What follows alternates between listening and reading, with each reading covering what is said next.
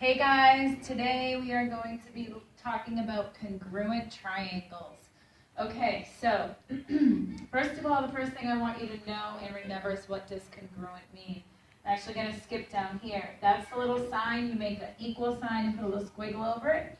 That's the sign for congruence. And congruence means alike or equal. So if twins are congruent, something that's exactly alike. Lengths of triangles can be congruent, lengths of any polygons. Angles can be congruent, so you need to know what congruent means. When you do congruent triangles, corresponding parts of congruent triangles are congruent. Write that down. And what that means is we have to figure out, well, if we say these two triangles are congruent, which side is actually congruent to the other side? So I have an example here. Triangle ABC is congruent to DEF. My question is, which sides are congruent?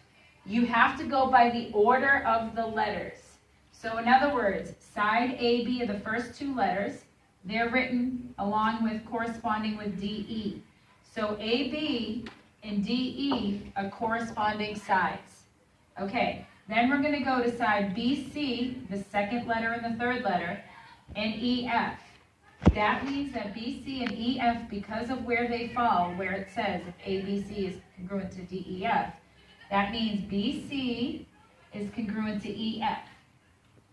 And then it says CA is congruent to FD. So CA is congruent to FD. The other thing is that corresponding angles are also congruent.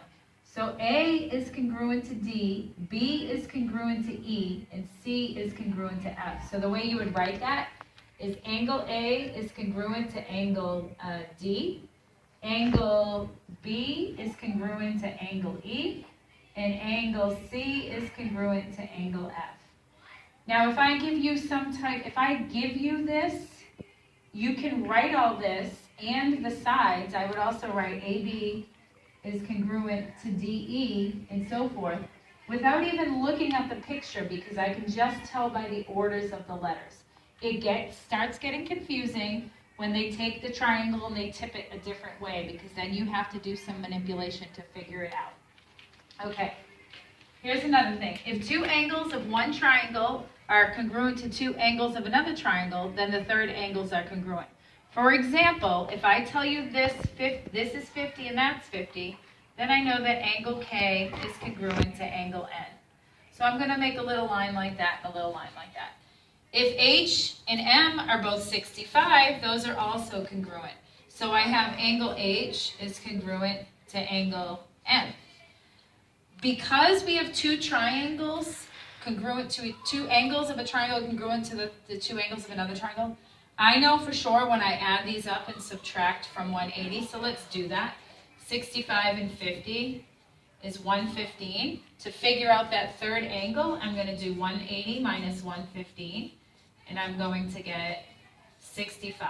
Okay? So if that was 65, this also is going to be 65 because I have the same numbers. So I can clearly state that angle L is congruent to angle J.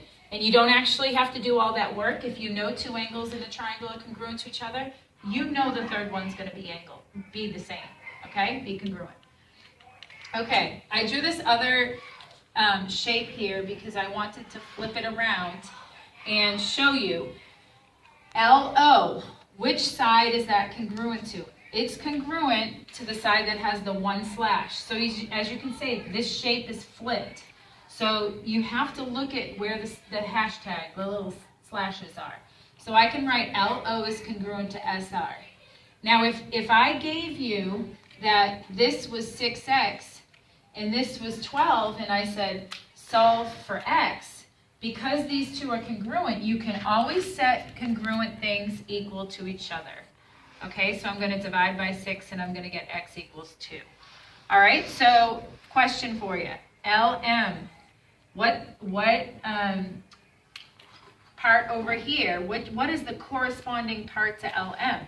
Well, it's clear in this picture because it's RQ because they both have 4 hashtags. So LM is congruent to RQ. So I'm going to write this polygon.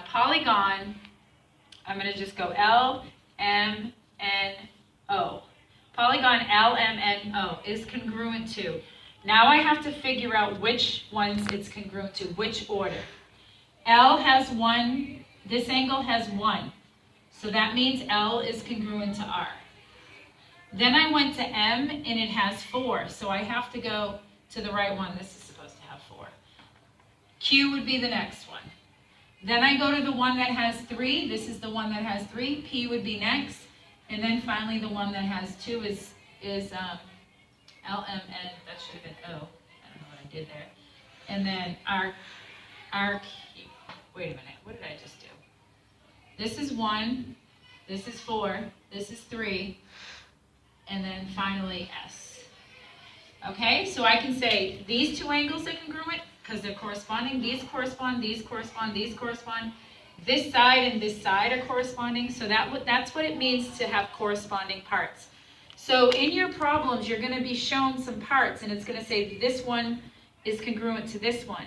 So what we're going to be doing in class is setting those parts equal and doing some algebra. Okay? See you tomorrow.